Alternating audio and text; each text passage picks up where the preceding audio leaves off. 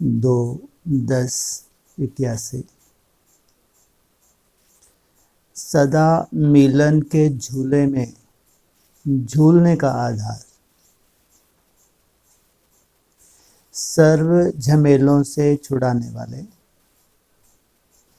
सर्व प्राप्ति स्वरूप बनाने वाले ज्ञान सागर शिव बाबा बोले, आज चारों ओर के याद में रहने वाले बच्चों को बाप दादा साकार व आकार में सन्मुख देखते हुए याद का रेस्पॉन्ड पदम गुना याद प्यार दे रहे हैं। कोई तन से कोई मन से एक ही मिलन के संकल्प में एक ही याद में स्थित हैं। बाप दादा खजाना तो दे ही चुके हैं, साकार द्वारा आकार अव्यक्त रूप द्वारा सर्व खजानों के मालिक बना चुके हैं। जब सर्व खजानों के मालिक बन गए तो बाकी क्या रह गया? कुछ रहा है? बाप दादा तो सिर्फ मालिकों को मालिकम सलाम करने आए हैं। देखने में तो मास्टर बन ही गए हो। क्या कहा? मुस्कुरा क्यों रहे हो? मैं मुस्कुराऊं तुम मुस्कुराऊं? तो भी कुछ आपको बता रहा सारा था। क्या बोला? कितना सुंदर है। हाँ देखने में तो क्या बन गए? मास्टर बन ही गए। बाकी क्या रह गया है? सुनने का हिसाब निकालो और सुनाने वाले का भी हिसाब निकालो। अथाह सुन लिया, अथाह सुना दिया। सुनते सुनते सुनाने वाले भी बन गए। तो सुनाने वालों को क्या सुनना है? आप लोगों का ही गीत है। अनुभव का गीत गाते हो। पाना था वो पा लिया।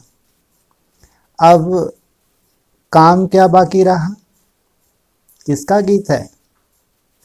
ब्रह्मा बाप का है, वह ब्राह्मणों का है, ब्राह्मणों का भी है। यही गीत है ना आपका। कौन सा? पाना था सो पा लिया। तो बाप भी पूछते हैं, काम क्या बाकी रहा? बाप आप में समा गए और आप बाप में समा गए। जब समा गए तो बाकी क्या रह गया? समा गए हो या समा रहे हो? दो स्टेजेस हैं। क्या कहा? समा गए हो या समा रहे हो? क्या कहेंगे? नदी और सागर का मेला तो हो ही गया ना। समाना अर्थात मिलन मनाना, तो मिलन तो मना लिया ना। सागर गंगा से अलग नहीं, गंगा सागर से अलग नहीं। गंगा सागर की निशानी क्या है? मेला। कौन सा मेला कहते हैं? गंगा सागर मेला। वास्तव में किसका मेला है? ब्रह्मपुत्र और सागर का मेला है। तो समा गए अर्थात समान बन गए। समान बनने वालों को बाप दादा भी स्नेह की मुबारक देते हैं। इस बारी बाप दादा सिर्फ देखने आए, मालिकों की आज्ञा मानकर मिलने के लिए आ गए हैं। मालिकों को ना नहीं कर सकते ना। मालिकों ने बुलाया और हाजिर हो गए। तो जी हाजिर का पाठ पढ़कर हाजिर हो गए हैं। किसने गुहार लगाई आज? भक्ति मार्ग कौन है? आपने तो नहीं बुलाया ना, शुक्र है। हैं? तो हाजिर हो गए हैं। ऐसे ही तत्व, जैसे मैं हाजिर हो जाता हूँ ऐसे तुम भी क्या करो, हाजिर हो जाओ। कहाँ? तत्वम, माना जैसे मैं हाजिर हो जाता हूँ ऐसे तुम भी हाजिर हो जाओ। कहाँ? वतन में। बाप दादा आदि काल से तत्वम का वरदान ही दे रहे हैं, आदि काल से लगे हुए हैं। अंत आ गया, सोचो कितनी मेहनत की है, कितनी, आदि से अंत तक, बाप रे बाप। इतनी मेहनत तो कोई कर भी ना सके, लेकिन तो भी पसीने नहीं छूटते इनके, हैं? लगे ही हैं अभी तक। कहाँ मेहनत की है, कहाँ मेहनत कर रहे हैं? नई दुनिया के संगठन में। अच्छा, सब पे मेहनत कर रहे, किन पे मेहनत कर रहे, किस पे मेहनत कर रहे? जो मास्टर दिखता है। हैं? ये तो वो ऊपर क्या बोला था? हाँ, देखने में तो मास्टर हो ही गए। कितनी मेहनत कर रहे हैं, सोचो कब से लगे हैं बेचारे, आदिकाल से। फिर एक ही सेंटेंस में पूरा आधार बता दिया। क्या बोला सार में? फिर पूरी सृष्टि के लिए, चाहे 8 हो नंबरवार, 108 हो या 16,000, 9 लाख तो राजयोगी हैं ही नहीं। क्या आधार बता दिया? तेरे भाने सर्व का भला होना, एक के पतित बनने से सब पतित, एक के पावन बनने से सब पावन। तो सोचो उस एक के लिए एड़ी से लेके चोटी तक की ताकत लगाते होंगे, नहीं लगाते होंगे? तो बाप दादा आदि काल से तत्वों का वरदान ही दे रहे हैं, लगे ही हुए हैं, दे ही रहे हैं। माना अभी तक भी क्या है? सोचा ऐसा कैसा भगवान, वरदान ऐसा किया, हाथ किया, काम हुआ, ये होना चाहिए नहीं है? हमारा भगवान जब दे ही रहा है तो हम भी आगे चल के क्या करेंगे?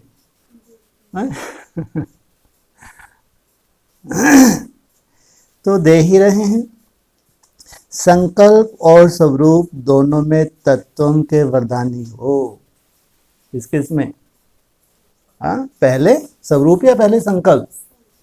पहले संकल्प, जो बाप के संकल्प वो तुम्हारे संकल्प, इसलिए बोला मन मना भव। फिर मोटा रूप क्या है? स्वरूप। तो वरदानी हो, धर्म और कर्म दोनों में तत्वम के वरदानी हो। ऐसे वरदानी सदा समीप और समान के अनुभवी होते हैं। बाप दादा ऐसे समीप और समान बच्चों को देख हर्षित होते हैं। अमृत वेले से लेकर दिन के समाप्ति तक सिर्फ एक शब्द धर्म और कर्म मिलाओ तो सदा मिलन के झूले में झूलते रहेंगे। ये कौन सा झूला है? मिलन का झूला, माया का झूला नहीं है, हाँ, अप डाउन वाला नहीं। जिस मिलन के झूले में प्रकृति और माया दोनों ही आपके झूले को झुलाने वाली दासी बन जाएंगे। कहाँ? कहाँ के लिए बोला है? सतयुग में माया और प्रकृति क्या हो जाते हैं? दासी बन जाते हैं।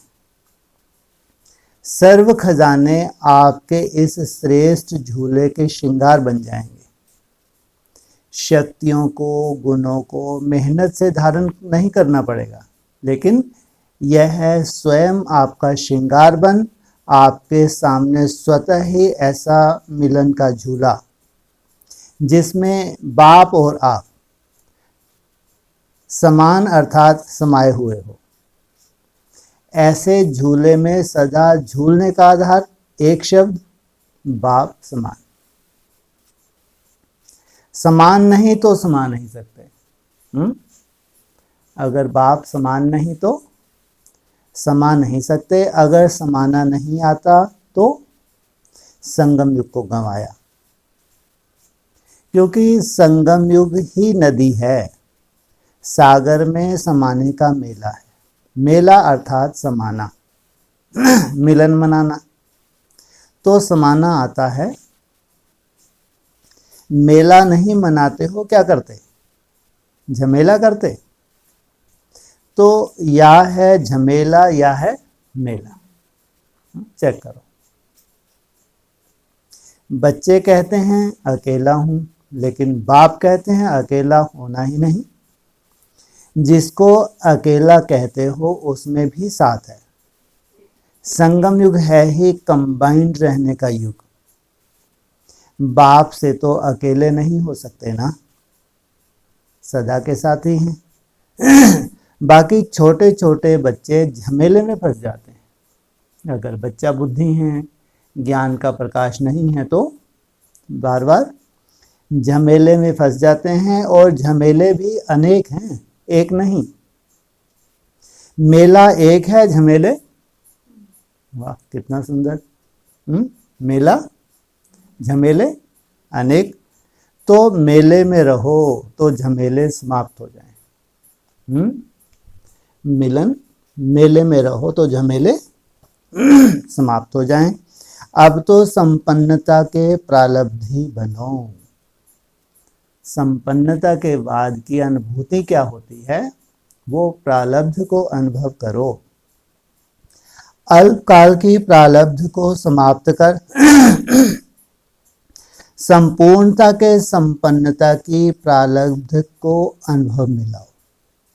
अच्छा, ऐसे बाप समान सदा बाप के मिलन मनाने के झूले में झूलने वाले, पाना था सो पा लिया, ऐसे सर्व प्राप्ति स्वरूप सदा हर संकल्प और बोल में, कर्म में जी हजूर और जी हाजिर करने वाले, ऐसे सर्वश्रेष्ठ आत्माओं को साकार द्वारा व आकार द्वारा मिलन मनाने वाले देश विदेश के सर्व बच्चों को, बालक सो मालिकों को बाप का मालिकम सलाम व याद प्यार, साथ साथ श्रेष्ठ आत्माओं को नमस्ते। प्राण अव्यक्त बाप दादा की मधुर मुलाकात पार्टियों के साथ कर्नाटक जोन।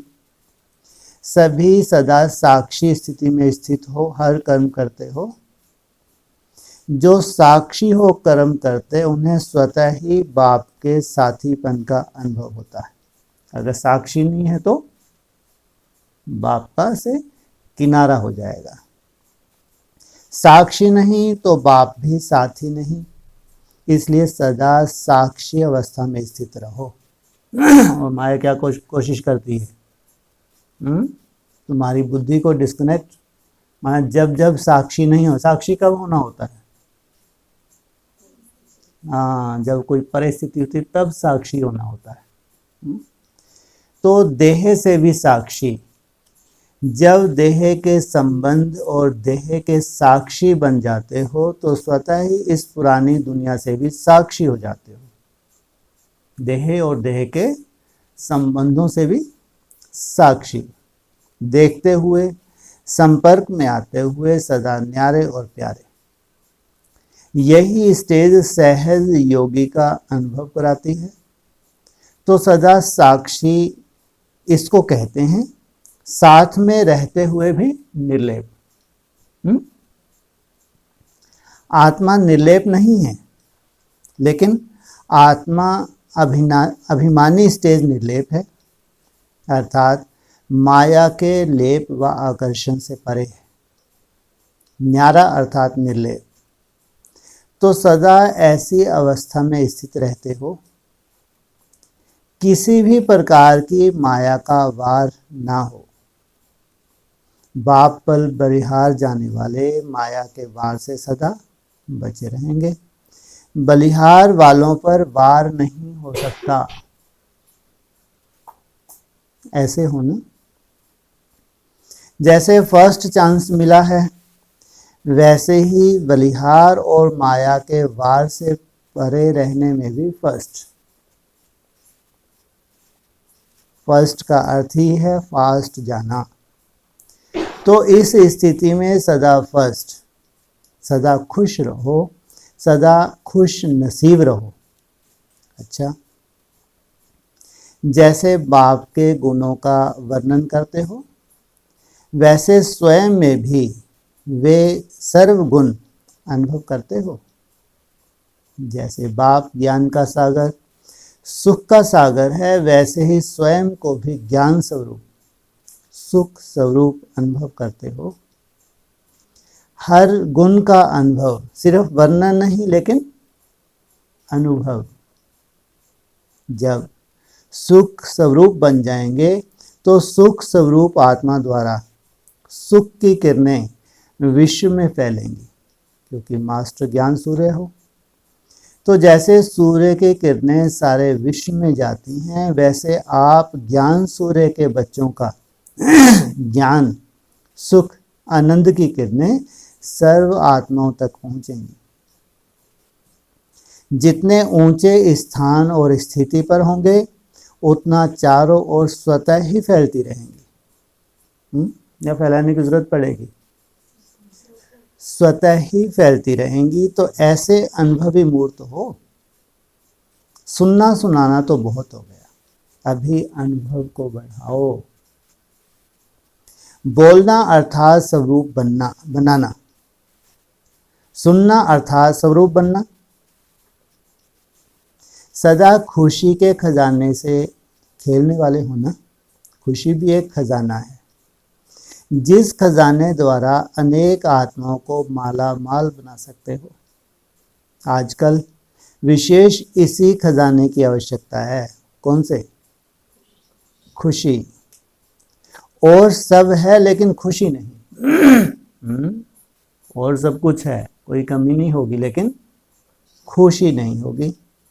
आप सबको तो खुशियों की खान मिल गई, अनगिनत खजाना मिल गया। खुशी के खजाने में भी वैरायटी है ना। कभी किस बात की खुशी, कभी किस बात की खुशी, कभी बालकपन की खुशी, कभी मालिकपन की खुशी। कितने प्रकार के खुशी के खजाने मिले हैं। वो वर्णन करते हुए औरों को भी मालामाल बना सकते हो। तो इस खजाने को सदा कायम रखो, तो सदा खजाने के मालिक बनो। सदा बाप द्वारा मिली हुई शक्तियों को कार्य में लगाते रहो। बाप ने तो शक्तियां दे दी हैं, अब सिर्फ उन्हें कार्य में लगाओ। पहले स्वयं के प्रति, फिर दूसरों के प्रति। अब सिर्फ कार्य में लगाओ। सिर्फ मिल गया है इसमें खुश नहीं रहो, लेकिन जो मिला है वो स्वयं के प्रति और सर्व के प्रति यूज करो, तो सदा माला माल अनुभव करेंगे। सब वरदानी आत्माएं होना। इस समय विशेष भारत में किसकी याद चल रही है? वरदानियों की। देवी अर्थात वरदानी। देवियों को विशेष वरदानी के रूप में याद करते हैं, तो ऐसा महसूस होता है कि हमें याद कर रहे हैं। कौन से दिन चल रहे हैं? देवियों के नवरात्रे। महसूस होता है हमें याद कर रहे हैं, अनुभव होता है। भक्तों की पुकार महसूस होती है। देखो रात रात बेचारे सोते हैं, कैसे लगे रहते हैं। सिर्फ नॉलेज के आधार से जानते हो। एक है जानना, दूसरा है अनुभव होना। अनुभव होता है। वरदानी मूर्त बनने के लिए विशेषता कौन सी चाहिए?